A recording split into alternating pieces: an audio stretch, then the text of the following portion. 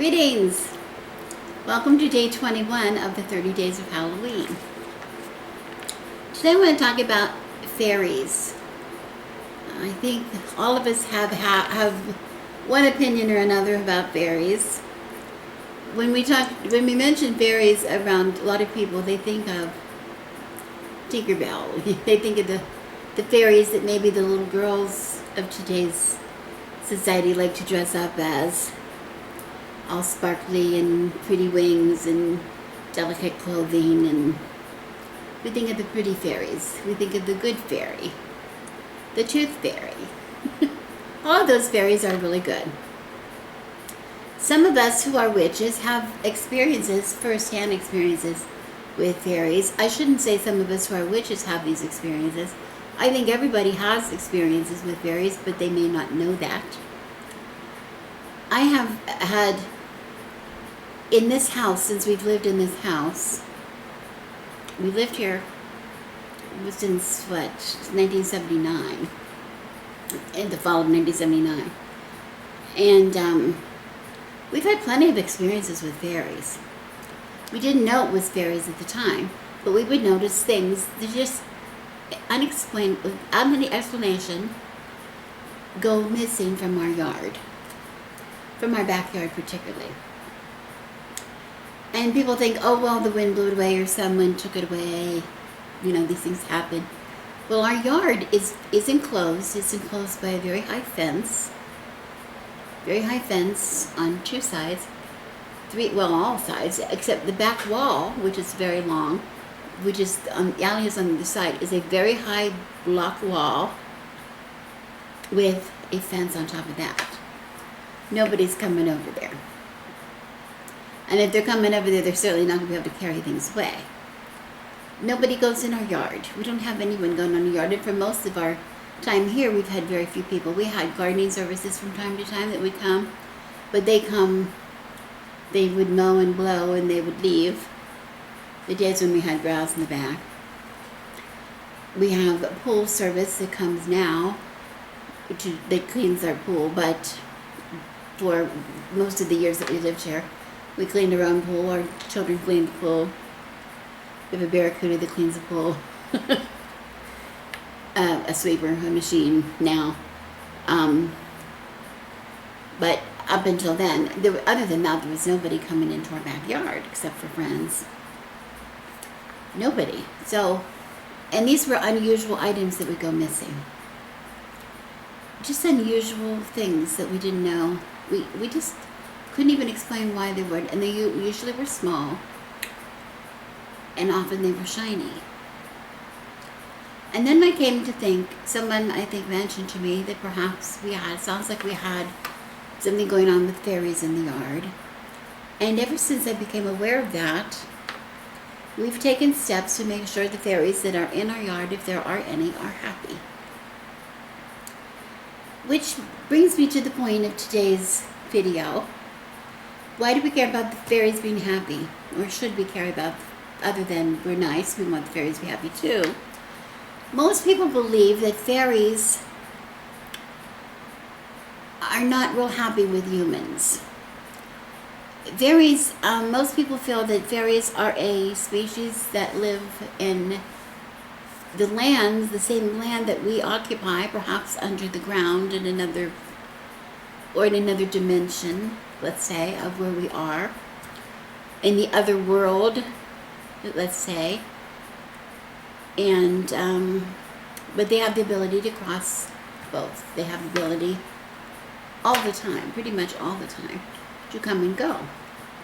There's more activity from fairies at certain times of the year, many people believe, especially when the veil is thin. There's a lot more activity from fairies then. And it is that time that humans really can have all kinds of contact, newly physical contact. I don't think we're going to talk about fairies coming and landing and talking to you, but I don't think we have that kind. But the possibility, through people have believed through the centuries, that there might have been some kind of interaction between humans and fairies. Many people believe the fairies, especially the ancient people, we talk about the Celts, I'm talking about the Celts because that's who I know something about, more about the Celts than other people. I don't know everything about the Celts. But they believed very strongly that the fairies were not happy with them working the land. That the fairies and other spirits, and they didn't talk about fairies as we say fairies today. I think the word that they used, or the terminology they used, was something like Eshitha. It was pronounced Eshitha in the old language. I think it's pronounced differently in Gaelic today. I'm not sure how. But Eshitha is what it was. A-O-S-S-I with an accent. They considered these to be a group of whoever, remnants of maybe gods. They were maybe remnants of gods that were no longer gods, or they were spirits, some kind of spirits from the other world. And this is why, this is the whole idea of giving sacrifice, making sacrifices, giving gifts back to the land that gave them the crops. They believed, especially at Samhain, that the spirits, the Eshitha, needed to have things given to them to be appeased in order for the humans to survive the winter and for their livestock to survive the winter. They believed whatever was not left was left of the grains or in their crops that they did not take, that the Eshitha would come and take them, and a lot of things would be burnt. They would be burnt. But they would give offerings. They would give offerings. Leave offerings. It was important for them to keep them happy because they believed that at certain times of the year, especially when the veil is sin, Samhain, Beltane to be specific, that there was all kinds of activity, and there were baneful spirits, the baneful ones, the ones that were just evil. They were ill-natured. They were dangerous. They really wished harm on people.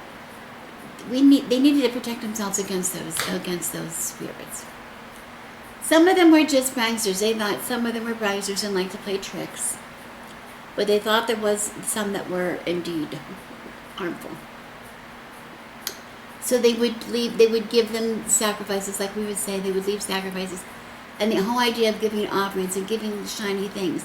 And I think most witches believe, and I don't want to speak for most, but even if they're not going to identify spirits or fairies per se, that when we have offerings, when we have rituals, first of all, we do give offerings back. We throw something left from the ritual into the ground. I think most in their practice do that. We do that. I've always done that. I've always done that as a part of ritual. When we have our cakes and ale, whatever during the ritual, we leave something left to turn back to the ground. We leave things. I have little shiny coins. We had a party here a couple years ago. And I think it was a pirate party perhaps, and there were some people had little metal, they weren't metal, I guess they were sort of metal. They were very, very shiny coins. They weren't coins, but they were to look like coins. And they were part of a game. And when they were finished with the game, a lot of my friends went and left those coins and planted them in different places as offerings to the spirits, to the fairies. And every time we dig a garden or anything like that, and that is unearthed, we put it back. We put it back or plant it again because we feel what has been given to the fairies is theirs. It's not ours to take back.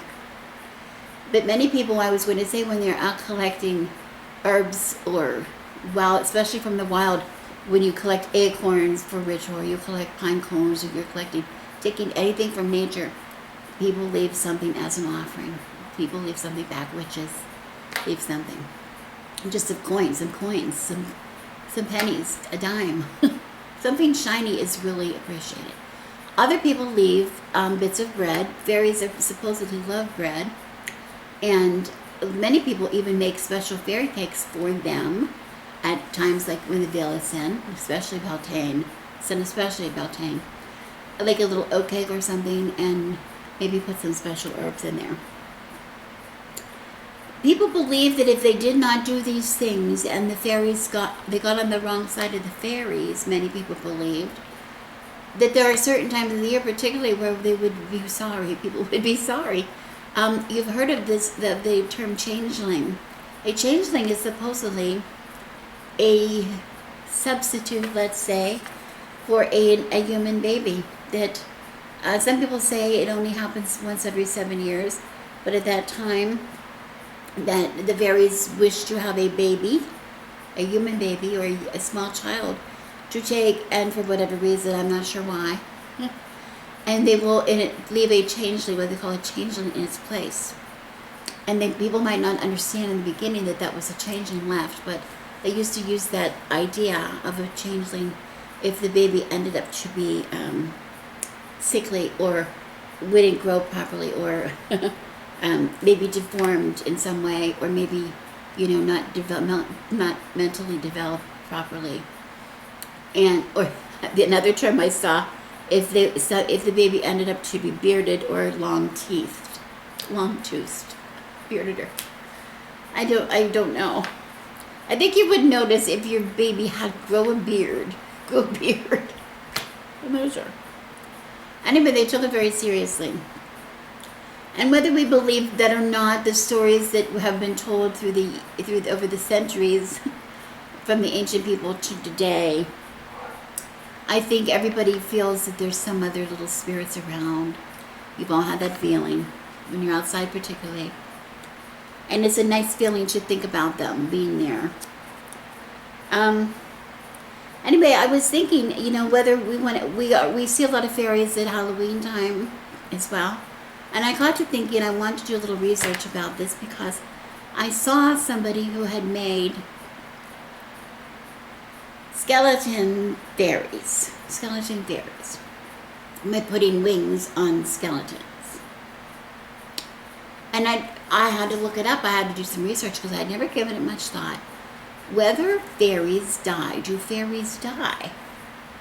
And I found some interesting things. Some people think that they cannot be killed. They do. They cannot die. Now, they don't die naturally, but they believe that they can be killed. So they do not die from sickness or from old age. But they think that is one of the reasons the fairies are very skittish around humans, because if a human kills a fairy, whether on purpose or accidentally, that the fairies only live once, that they don't come back they don't reincarnate in any other way. So the fairies fear death greatly, more than maybe humans do. Well, that's one school of thought. But I found another. I found this very interesting. The Victorians, particularly, here in America particularly, and in England, during the Victorian age, there was a lot of interest in fairies. There was even some things, they had at that time there was a lot of interest in supernatural things of all kinds. But the fairies, many people believed at that time that fairies, yes, absolutely die. They eventually die. They don't have a short life. They have a very long life, apparently, and that they die. Some people think they have to be killed by steel, like a steel blade. It's sort of like the idea of a silver bullet and a werewolf or something, or a stake and a vampire. But some people think that there have been people who have claimed that they have come upon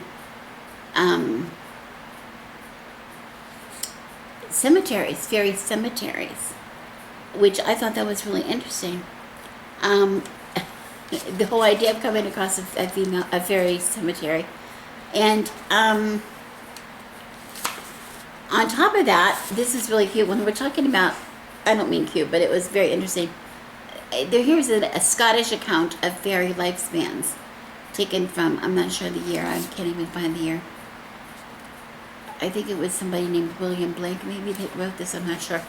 But it says, this is describing the fairy's lifespan. 9 times 9 years, sucking the breast, 9 nines, unsteady week. 9 nines footful and strong, and 9 nines able and strong. 9 nines strapping and brown, 9 nines victorious, subduing. 9 nines bonneted, drab. 9 nines beardy and gray. They really had to think about beards, I guess. 9 nines on the breast beating death, and worse to me were these miserable 9 nines than all the other short-lived 9 nines that were. Talking about the fairies, the lifespan of the fairy, living through 9 ages with 9 times 9 periods in each thing. So a very, very long time. But eventually, apparently, they do die. So in that case, I got to thinking, okay, if they do die, then that's very cool to me. The idea of if humans can cross over and come back and revisit the veil, when the veil thins, why can't fairies do the same thing? And I was inspired to make these little skeleton fairies that I'm going to show you. I have them now set up on a table here in my room, ready to. We're going to be lighting them all up for Samhain. But right now we just have the table set up. And I'm going to show you how I made them. I had these originally, I think I will explain in the clip, I think I did explain in the clip, that I originally had these for a decoration and a hat that I had for some Samhain activity.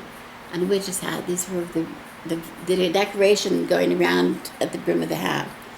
And also, I have also used these on my door, my front door, in a spider web. Caught in, not caught in the web, but climbing up in the web. I posed these skeletons, these skeleton fairies. So I'm going to show you just real quickly how I made them. You might want to make them. I'm not putting them on my door this year because we're not going to have trick-or-treaters this year. But, not that we do anyway. But I'm not going to have really anybody visiting the front door. Our celebration is going to be with us to get, my husband and I alone. So we're celebrating, and I'm using the decorations in our house. But I thought I would share them with you. They're really fun. So I'm going to just change my camera so that I can show you quickly how easily these skeleton fairies can be made.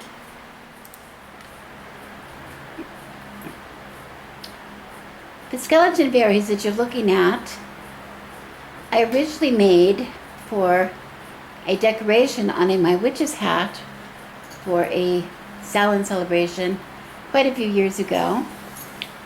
The skeleton fairy that is sitting on top of the pumpkin actually was used in a decoration on my front door. I have pumpkins out there all the time, every year, but this particular year I had a spider web stretched out there, and this skeleton fairy was climbing up the spider web. It looked really cool.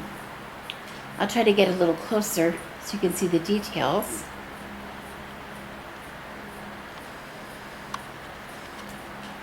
There we go.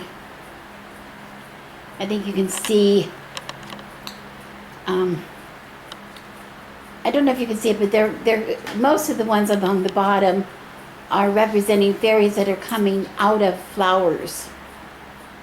I have black and purple flowers in this arrangement. The skeleton on the right has no, you can't see any head yet, it's just arms and legs coming out of the flower. The one in the middle still has wings made of my chicken feathers. And he's divided, he is divided in half, his torso out of the top of the flower, and arms and the legs at the bottom. And then the one on the left is divided as well, his head coming out and his legs below. I'll try to get a different angle on that in a minute. Right now you can maybe see, very jerky camera work here. Right now, from this, you can see maybe the skeleton fairy on the top and his wings, and I really love it. The hair on these, the two that have the wings, is actually just bits of discarded wool that I'd been spinning, and these were just short ends that I wasn't using. It makes lovely hair. Let me see if I can get a closer look. There you can get a pretty close look of of the skeleton on the top. Her, let's call it a she has long hair. Her legs and arms are bent, like she's perched, like she's climbed the pumpkin or whatever, and she's perched. And then down below, you can see this one. The feathers, the torso coming out the top of the flower, and I guess we see no legs in that one, but the one beside you can see a head coming out of the center of the flower, and legs below. Okay? Looked quite smart on my hat. I was very pleased. Let me show you how I made them. To make my skeleton fairies, I started out with just these little skeletons that I got from, I believe, the 99-cent store. Actually, this was a card of them, and it says glow-in-the-dark garland on the card. Now, this was several years ago. I don't know if they still make these or not. It doesn't matter. This is Momentum Brands, it says. Distributed in Commerce, California, and made in Dongguan,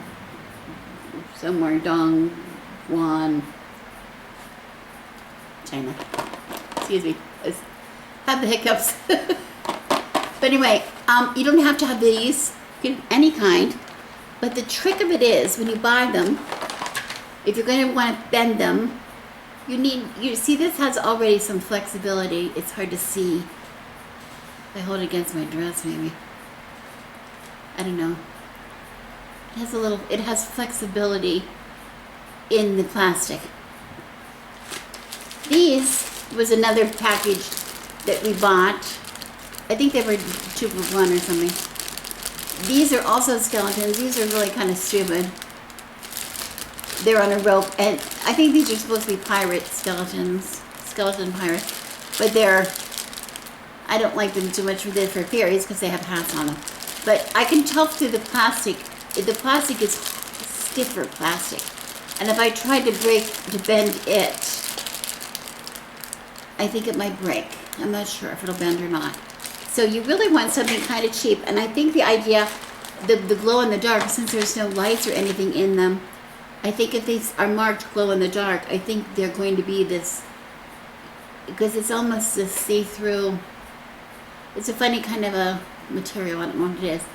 And the other thing about these, which is really cool for this project, is the legs pull off real easy, the head will pull off real easy, the arms, like you can use bits, you can use parts, like how in mine I took it apart so that the torso is coming up out of the top of a flower, and I have legs underneath the flower. But anyway, what I want to show you is how simply these can be formed. And I have just hot water in one pan and ice water in the other. And I'm going to just dip the leg, dip it down so that the leg is in the hot water just for a few minutes until it's pliable. It gets even more pliable. And I'm going to be able to then bend it. I want to be able to bend it. I can even kind of bend it as I go, as I put it in the water. If I want to try to bend it at the knee, you can do it just kind of gradually. It doesn't take too long. It doesn't take too long at all. I mean, I don't know what the material is in these. They're definitely plastic. But what I'm trying to say is, because they're marked glow in the dark, and I think they still make things like that today, that it's a special plastic which is really very easy to kind of bend. And I want it so that I can bend it real good. And then I'm going to put it in ice water to get it to stay that way. That's the idea of the 2 kinds of water.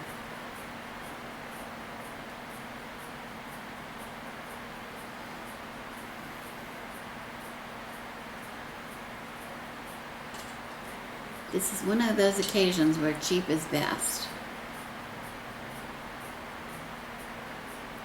He's bending. I gotta go one more time. You really get the hang of it once you start messing with it. I definitely don't want to put my hand in it. It's hot water. But I just put it in my kettle, and when my kettle boiled, and then it's been sitting for, several minutes, but...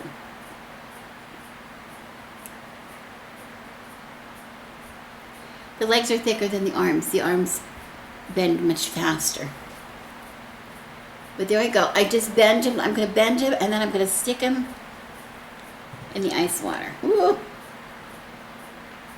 Now that's cold water. Ooh, ooh, ooh. So I want to get it to stay.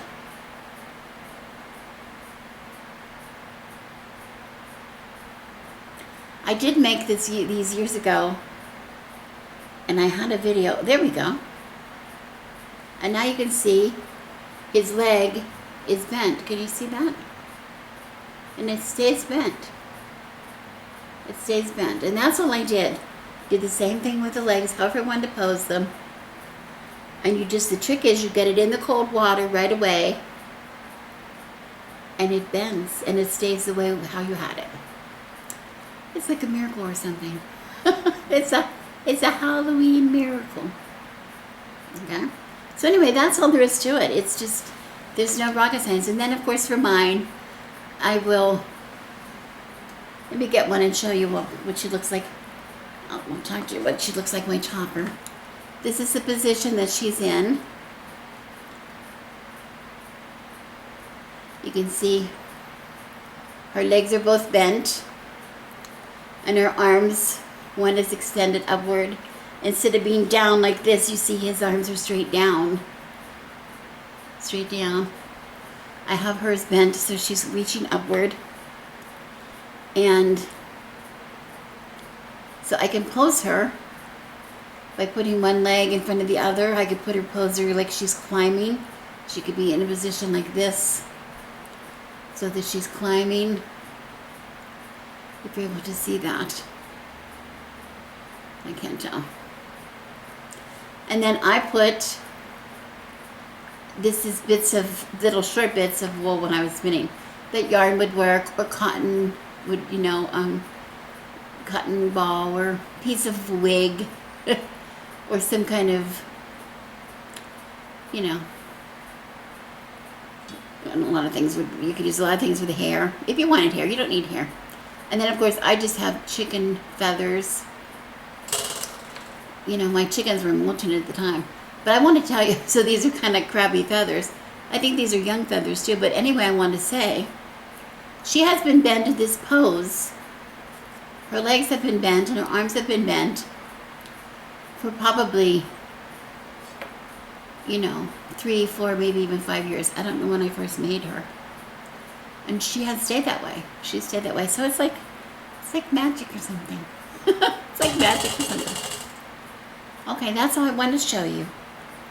That's all for today.